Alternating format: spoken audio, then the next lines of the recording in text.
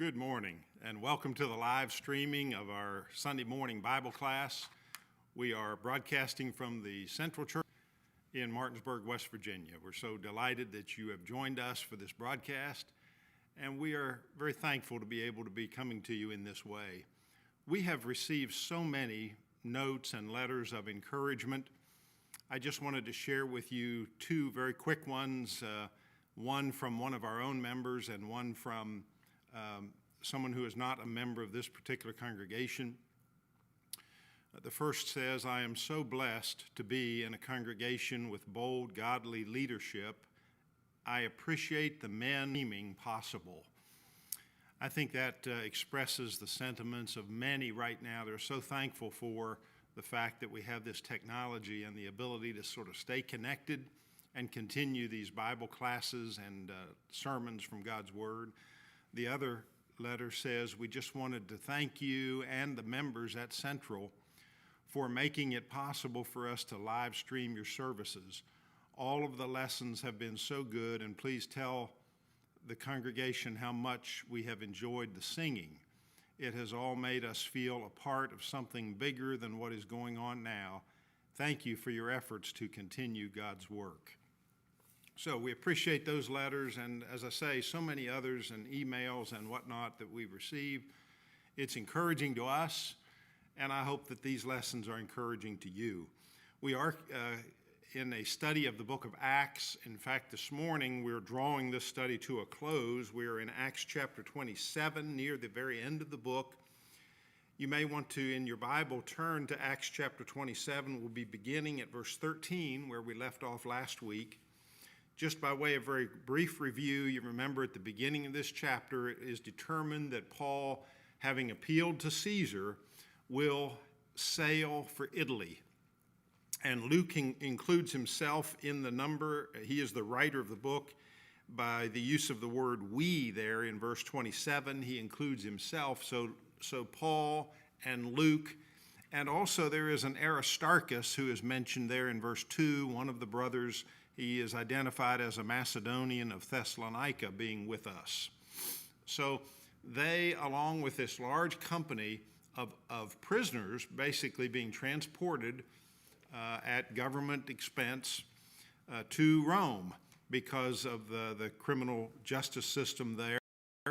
And a centurion who is identified as Julius of the Augustan band is in charge. He's in command of this group of prisoners. And of course, you have the ship's personnel, the crew of the ship, including apparently the owner of the ship and the captain and crew. All right, continuing now, we're seeing that they have dependent upon favorable winds, and this becomes an issue in these descriptions of their travel. Verse 13 of Acts 27 says, "And when the south wind blew softly, supposing that they had obtained their purpose, they weighed anchor and sailed along Crete close inshore. But after no long time there beat down from it a tempestuous wind, which is called Iraquilo. And when the ship was caught and could not face the wind, we gave way to it and were driven." So we're seeing a very accurate, detailed description of the trip, including the weather conditions, the wind, and so on, as well as the geographical description. And this is characteristic of the book of Acts, written by Luke. We have studied the first missionary journey of Paul, the map of which is on the screen before you, and the detailed description of that. And then the second missionary journey, which you can now see, which was larger, and again, how Luke described the various stops along the way. And then finally, the third missionary journey. But now the map shows Paul's journey to Rome. And you can see there, as I'm using the pointer, beginning here down in Caesarea, how that voyage began, and then to Sidon, and then sailing across the Mediterranean Sea up here above Cyprus, and sailing westward. Of course, Italy being over here at the northwest corner of that map, and the city of Rome on the west coast there of Italy. That's their destination. So here they are. They're sailing westward, and we're going to be looking at these various stops that are pointed out along the way. Question 1 on your worksheet there, page 156 of your page, says, the centurion, owner, and master were assured in their decision by the soft blowing of the blank. Well, the verse says of the south wind. This gave them the confidence they thought they needed in order to begin the voyage. So verse number 2 says they weighed or heaved up or raised the anchor and sailed along blank. Well, that would be along Crete, close to the shore. How long did it take before they encountered blank? The word there, Eraquilo, literally means northeaster. That is a strong wind, and they encountered it, Luke says, in no long time. So they're just a short way into this long journey before this wind raises its ugly head, and they're dealing with a northeaster. Question 4, being caught by the heavy wind, they could not blank it. They couldn't face it. Picture the ship trying to sail into such a wind and depending upon sailing for its propulsion. So they what? Well, they gave way. The verse says they gave way or yielded to it and were driven. It's like acknowledging or admitting that they can't make the journey the way they had intended. They can't follow the course that they had intended, and so they have to give way to this strong wind. Verse 16, and running under the lee of a small island called Cauda, we were able with difficulty to secure the boat, and when they had hoisted it up, they used helps undergirding the ship. And fearing lest they should be cast upon the Syrtis, they lowered the gear and so were driven. So if you look at the map here, again, you can see the red line depicting their journey westward, and you see Myra and Rhodes and Cnidus on down southward here underneath of Crete, under the lee of Crete, as it's called. And on the map, you're going to see a number of cities or destination stops there, I guess, under the lee, which will be mentioned. Question 1, gaining some protection from the wind at the island of blank. Well, that would be the Isle of Cauda.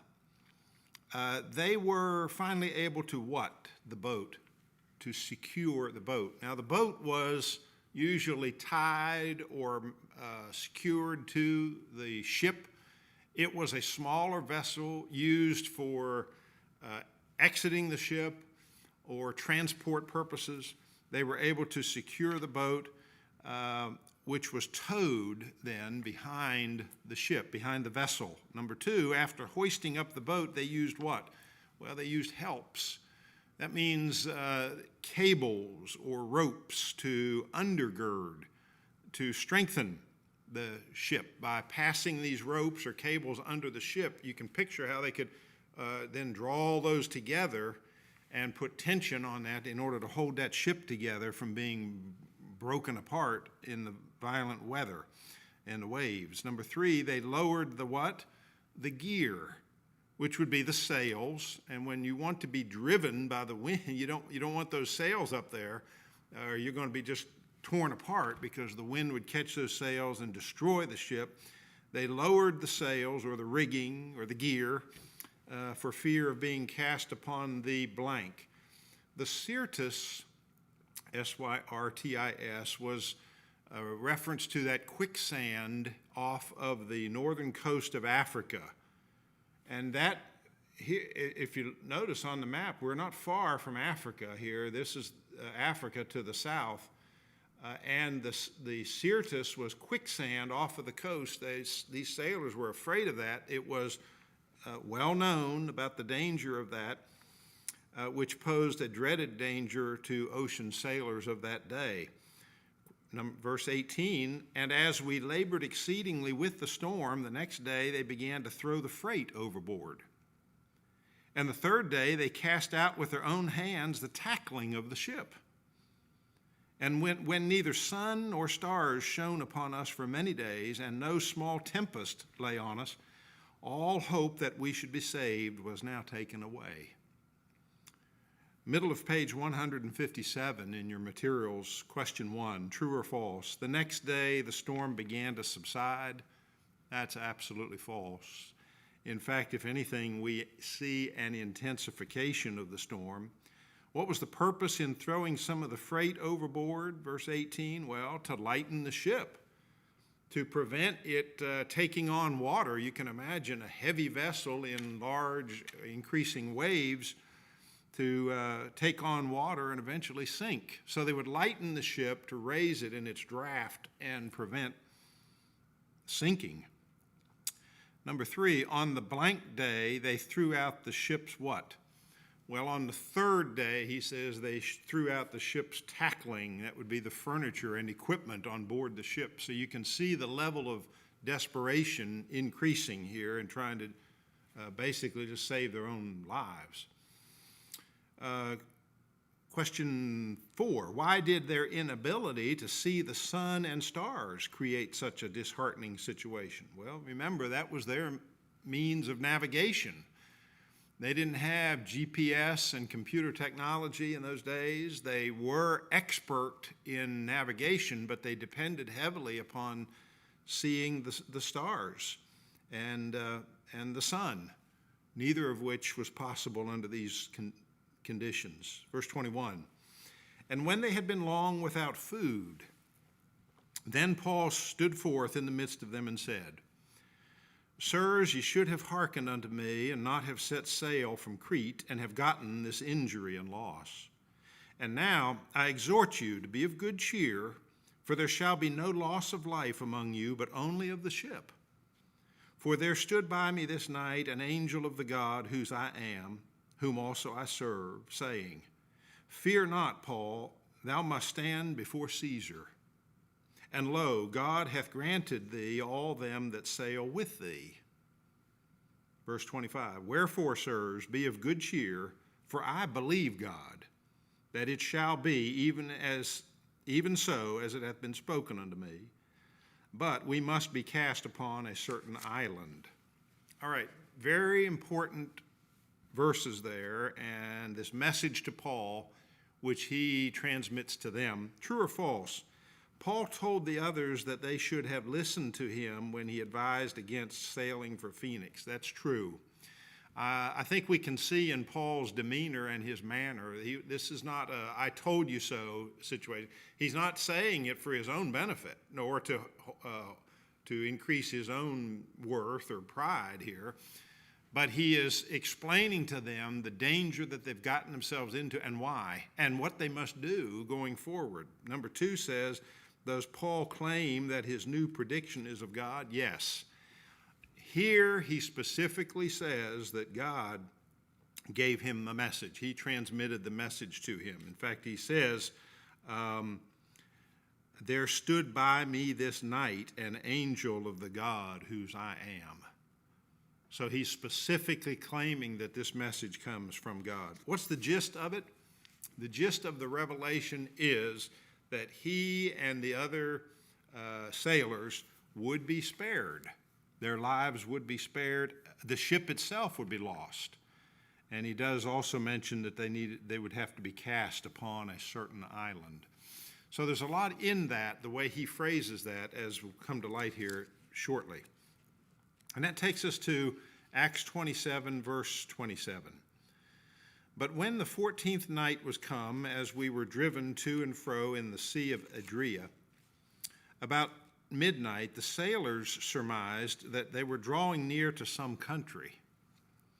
And they sounded, and found 20 fathoms.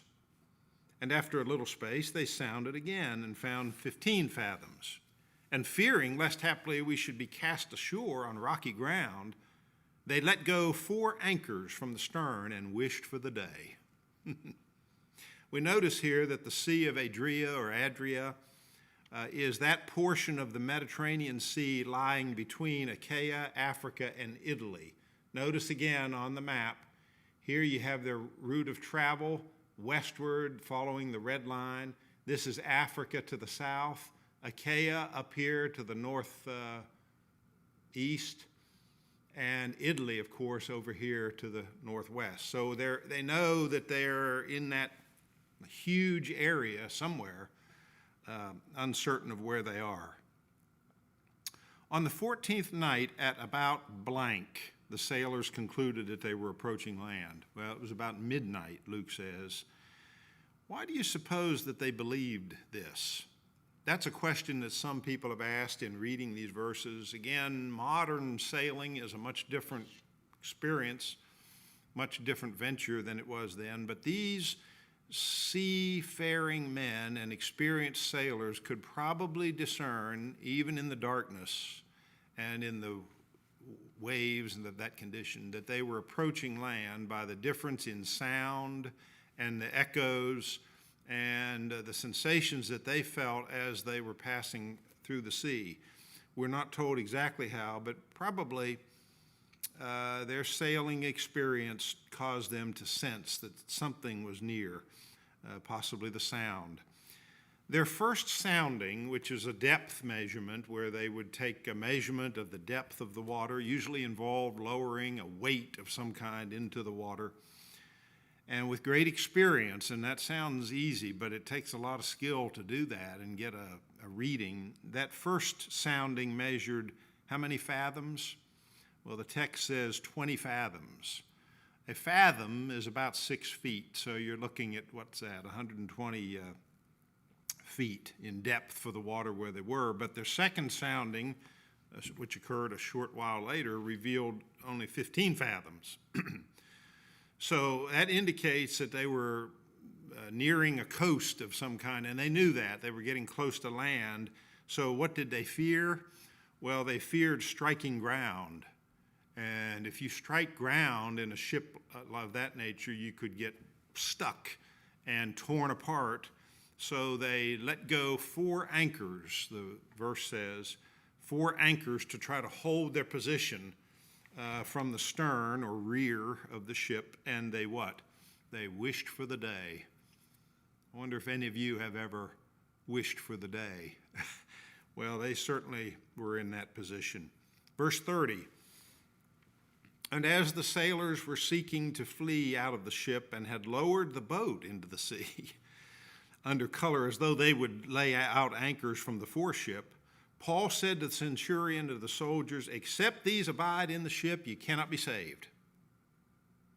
Then the soldiers cut away the ropes of the boat and let her fall off.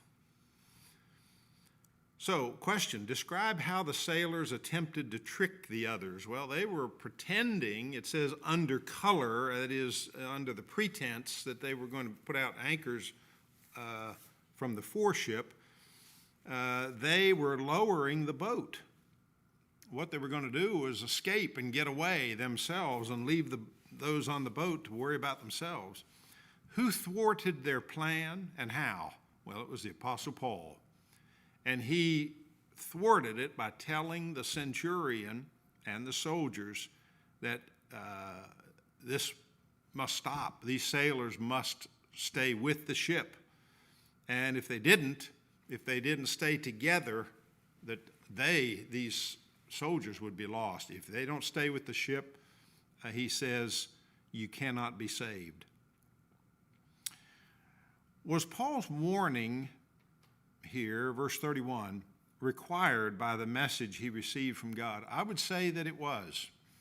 Remember, he had received that message from God, and I said that was very important to look at the wording of that message. Since he has been given an assurance of safety, why did Paul bother to stop this plot of the sailors? Well, the assurance of safety that he had been given was conditional, wasn't it? Safety was promised to those who would sail with him. It was not just a blanket, unconditional promise. And so there's an important lesson here. When God gives us promises or assurances in his word, but those promises and assurances depend upon our action, our faithfulness, our obedience, for example, then those stipulations become conditions. God doesn't just lay out blanket promises and say, I'm going to do this for you regardless of what you do. Typically, there are conditions attached. And that is the way we see God operating here. And Paul understood that. And he said, these have to stay with the ship, or you cannot be saved. So how did the soldiers effectively stop the plot of these sailors? Well, they simply cut the ropes and let that boat fall off. That would put an end to that plan. Verse 33, and while the day was coming on, Paul besought them all to take some food, saying, this day is the 14th day that you wait and continue fasting, having taken nothing. Wherefore I beseech you to take some food, for this is for your safety. For there shall not a hair perish from the head of any of you. And when he had said this and had taken bread, he gave thanks to God in the presence of all. And he brake it and began to eat. Then were they all of good cheer, and themselves also took food. And we were in all in the ship 260 souls. And when they had eaten enough, they lightened the ship, throwing out the wheat into the sea. True or false question here at the bottom of page 158. By now, Paul seems to command the respect of the others on board. Well, that's true. You can see it very clearly in the reading. And in fact, we saw an evolution of respect toward Paul almost from the beginning. Really the second day. By the second day, if you go back and look at the earlier verses in chapter 27, it seems that the centurion was already looking at Paul in a very respectful way. So, how did he achieve that respect? Well, by constantly looking to God, pointing them to God, setting an example that was consistent with what he was saying, a Christian example. Good lessons for us today, folks. If you want respect, even from people of the world, be consistent with your Christian principles. Number 2, describe the general mood of the ship's personnel and how any change in their mood had come about. Well, the words are good cheer. They were of good cheer. They had eaten. You know, you always feel better after you eat, at least if you don't eat too much, like some of you that I could mention. But you have to be careful what you eat, but you always feel better after eating, and their mood improved because Paul has given them some assurances and says, I believe God's assurances. Verse 39. And when it was day, they knew not the land, but they perceived a certain bay with a beach, and they took counsel whether they could drive the ship upon it. And casting off the anchors, they left them in the sea, at the same time loosing the bands of the rudders, and hoisting up the foresail to the wind, they made for the beach. But lighting upon a place where two seas met, they ran the vessel aground. And the foreship struck and remained unmovable, but the stern began to break up by the violence of the waves.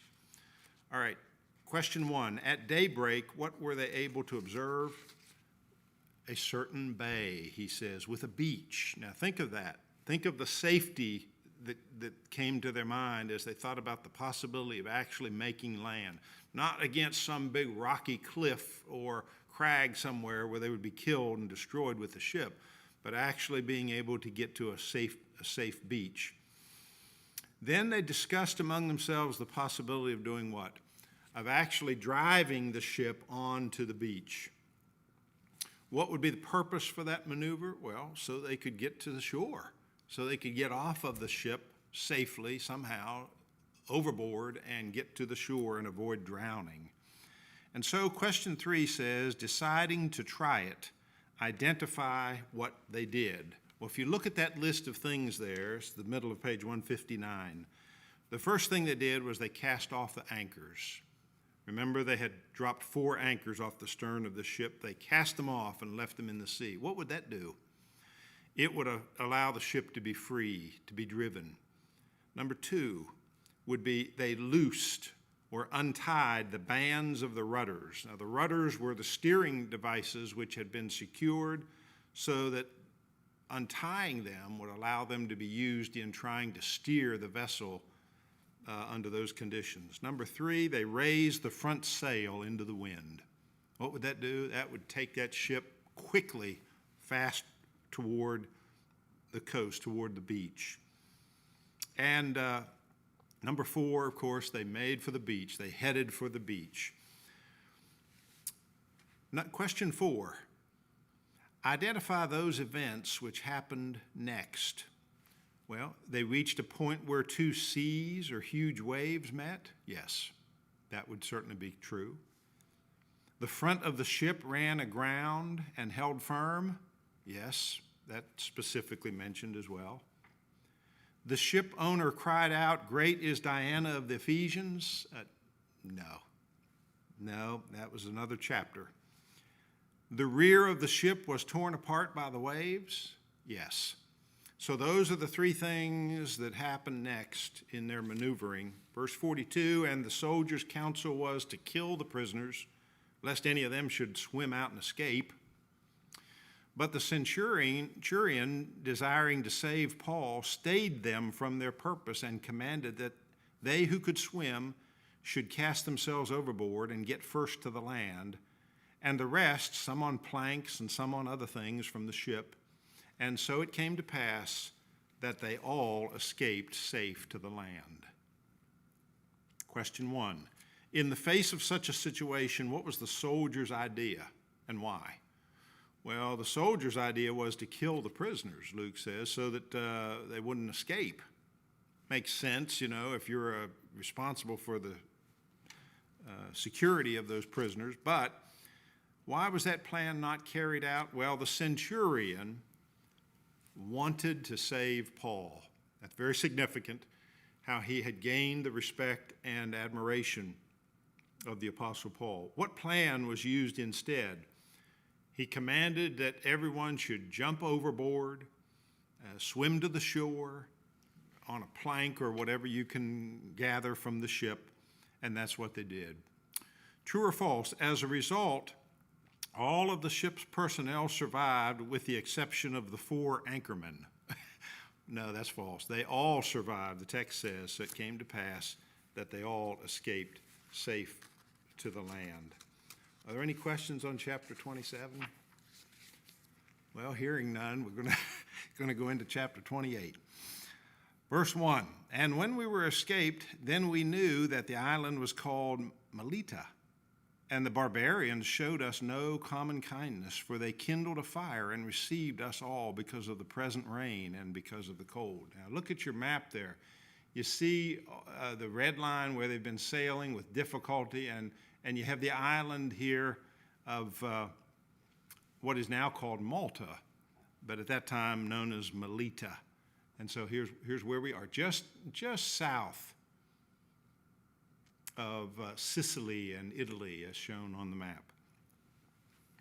Note, the term barbarian, I'm sorry, I missed one. Question 1 there, escaping to the shore, they learned that the island was called what? Well, it's Melita, of course, like it just said, now called Malta. How did they come to know that? Well, probably because the islanders told them. Here they are cast ashore on this island, and there are individuals, persons there. Notice that the term barbarian, which is used here, and it was used by the Romans to refer to those other than themselves. It did not carry the insulting meaning that it sometimes does today. Today, if you call somebody a barbarian, that's not a high compliment. But those Romans typically would use that terminology to refer to others. How does Luke describe the barbarians' hospitality? He says they showed us no common kindness. That is, they were very courteous, very kind to them, and surely it was appreciated at this point. In their kindness, the barbarians built a what? A fire. why would this fire, which must have been very large to accommodate everyone, remember the number of people on the ship that we just studied? There's a lot of men here. Why would that be especially welcome by these travelers? Well, remember, they're soaking wet. They're drenched from having swam ashore from the ship. And it's raining, according to verse 2. So they are cold, and surely that fire, a nice, huge, large bonfire that they could sort of crowd around, felt good and was very, very welcome. Verse 3. But when Paul had gathered a bundle of sticks and laid them on the fire, a viper came out by reason of the heat and fastened on his hand. And when the barbarians saw the venomous creature hanging from his hand, they said one to another, "No doubt this man is a murderer, whom, though he hath escaped from the sea, yet justice hath not suffered to live. Howbeit he shook off the creature into the fire and took no harm. But they expected that he would have swollen or fallen down dead suddenly.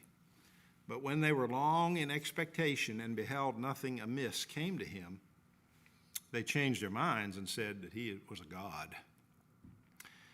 Question 1, which occurred as Paul helped gather wood for the fire? Well, the right answer is a viper or a poisonous snake attached to his hand. By the way, if you've ever been bitten by a snake, you know that that's no pleasant experience either. And even a non-venomous snake can have very, very painful bite. But a viper, or poisonous snake, these islanders knew this was a very grave, serious situation.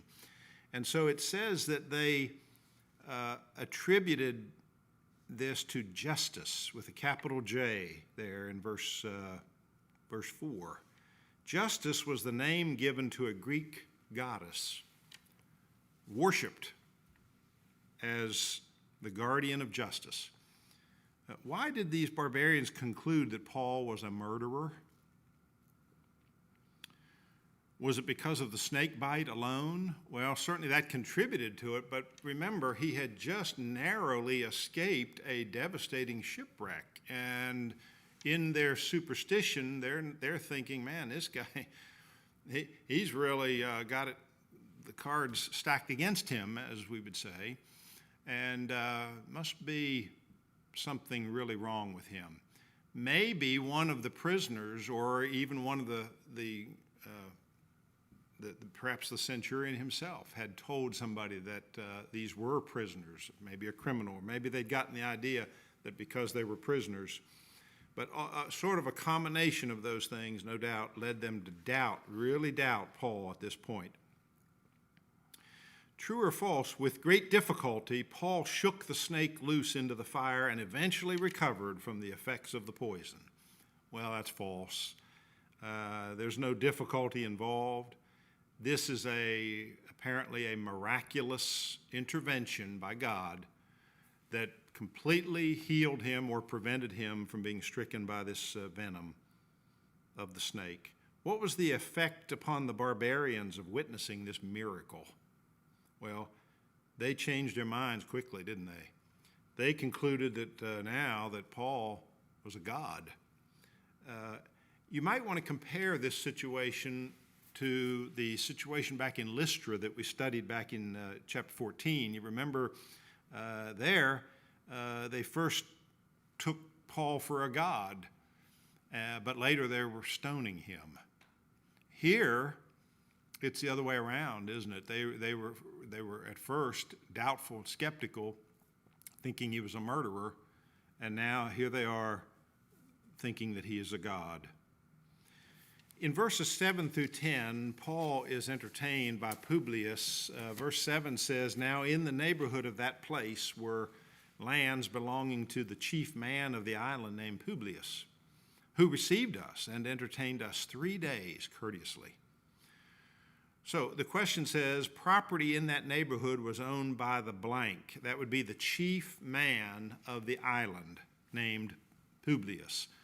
Even in today's culture, in many places, it's not uncommon to find chiefs. a prominent citizen who basically has the respect and the authority. And if he is a Roman, which is possible, and given his name, maybe even likely, he may have had some actual official authority as well. Identify those things which Publius did. Well, he received Paul and his party, yes. He entertained them for 3 days, yes. And by the way, that's a pretty significant feat too. Again, look at the size of the number of people involved. Must have been a fairly wealthy man to provide for them for 3 days. And he exercised courtesy, yes. Verse 8, and it was so that the father of Publius lay sick of fever and dysentery, unto whom Paul entered in and prayed, and laying his hands on him, healed him. And when this was done, the rest also that had diseases in the island came and were cured, who also honored us with many honors, and when we sailed, they put on board such things as we needed. Question 1, Luke here describes the healing of the blank of Publius, the father. And he was sick with a fever and dysentery. That's what the wording that Luke uses there. What did the other barbarians who had diseases do? Were cured? Yes. Remained ignorant of Jesus, knowing only of Paul? No. As we see in Paul's conduct here and in the verses following, Paul was constantly teaching. He was not ashamed to say who he was, how he was following God. He was a servant of God and of Jesus Christ. Honored Paul's party with many honors, that should say, honors, yes. And equipped the ship when they were to sail again, yes. So you have 3 out of 4 there before the voyage is resumed, beginning at verse 11. Acts 28, verse 11, and after 3 months we set sail in a ship of Alexandria, which had wintered in the island, whose sign was the twin brothers. During those 3 months, what do you think Paul was doing? 3 months, no doubt, preaching the gospel, teaching the gospel, and having an influence upon those around him. So how long did Paul's party winter on the island of Melita? 3 months. Question 2, then they sailed in a ship of blank. The answer is a ship of Alexandria, whose sign or name was the twin brothers. Today, it's still customary to name ships, and they did that in those days. We are told that the twin brothers likely refers to Castor or Pollux, the 2 sons of Jupiter, who were said by the Greeks to be special guardians of sailors. It's interesting. Verse 12, and touching at Syracuse, we tarried there 3 days, and from thence we made a circuit, and arrived at Rhegium. And after 1 day a south wind sprang up, and on the 2nd day we came to Puteoli, where we found brethren, and were entreated to tarry with them 7 days, and so we came to Rome. And from thence the brethren, when they had heard of us, came to meet us as far as the market of Appius and the 3 taverns, whom when Paul saw, he thanked God and took courage. So the question says, number in order the points of travel, omitting any which do not belong. And here's where you might want to look at the map, because it's very clearly laid out on the map as they're traveling northward right up to Rome here. You see, first of all, is Syracuse, right down there in the southeastern corner. Number 2, Rhegium. Number 3 is Puteoli, and there the text says they found brethren. They found members of the church and tarried there 7 days. Number 4, the market of Appius, which incidentally is a town on the Appian Way. The Appian Way was a paved street. There they saw brethren and thanked God, and they took courage. And then number 5 would be the 3 taverns. That's a village only 35 miles from Rome. where again they saw brethren, they saw members of the church, and thank God, and they took courage. Why did Paul remain at Puteoli 7 days? I hope all of you know the answer to that, and you are sitting at home behind your computer right now saying the correct answer, because we have seen this now at least 2 prior times in the book of Acts. Those of you who have been following the study closely, I'm sure you know the answer. You probably knew it before. That when Paul found brethren, he found members of the church, it was not uncommon for him to stay long enough to meet with the brethren on the Lord's Day and observe the Lord's Supper with them. It's just one more indication that they were in the habit of regularly meeting on the Lord's Day and partaking of the Lord's Supper together. Verse 16. I'm sorry, I think I missed a question. There's a second part to that question. Why did Julius the centurion permit it? That is, why did he permit Paul to remain there 7 days? Think about it. He's responsible for getting these prisoners to Rome, and he lets Paul stay there, delays his trip for a whole week. Why would he permit that? Does that not show a great degree of respect that by now he had for the Apostle Paul? It was basically at Paul's disposal. Paul is the prisoner, that's true. He's in custody, but Paul is an honorable man, and by now has gained great influence with this centurion. Now, verse 16, and when we entered into Rome, Paul was suffered to abide by himself with the soldier that guarded him. Question 1, this is on page 162. Arriving at blank, Rome, Paul was suffered or permitted to stay by himself with the soldier that guarded him. Now notice that. This is what is typically called Paul's house arrest. It was exceptional to allow a prisoner that kind of liberty and freedom to remain in his own quarters, if you will, with only the soldier. Now the soldier would have been chained to Paul and would have been changed frequently. I think about every 3 hours, those Romans would change that soldier. So Paul has a Roman soldier chained to him around the clock and guarding him, but basically he's free to entertain guests, to refresh himself, sort of like what we would call house arrest or a home detention situation. What accounts for this unusual courtesy? Well, again, Paul's actions were responsible for this safe journey that they've obtained, the arrival of all of them by following what Paul said to do, which I'm sure by now was greatly appreciated by the centurion.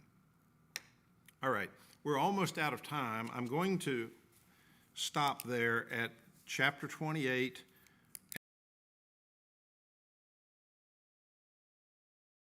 Week we will finish the book and we will begin our study of the book of Romans.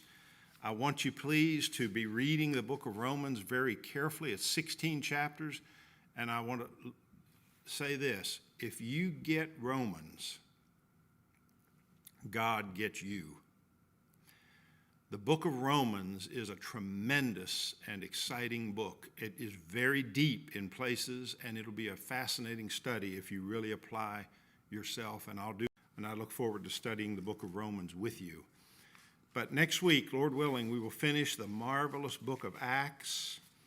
I do want to mention that the Acts riddle, which you received, that appears at the end of the material there, the Acts riddle, we had several who answered that correctly, and what I've decided to do is award both a male and a female award. We had, and they came in on the very day that we taught this class last week on Sunday. At 5:02 p.m., John gave me the right answer, and at 9:56, Mary gave me the right answer. John and Mary, two very biblical names who both got it right. And we will discuss, Lord willing, your gift next week. Thank you for joining in our class today and for your interest in this amazing study of the book of Acts. And we appreciate your time together. Please stay tuned. Shortly we'll begin our worship service together at 10:45 Eastern Standard Time here from the Central Church of Christ. God bless you and thanks for joining our study today.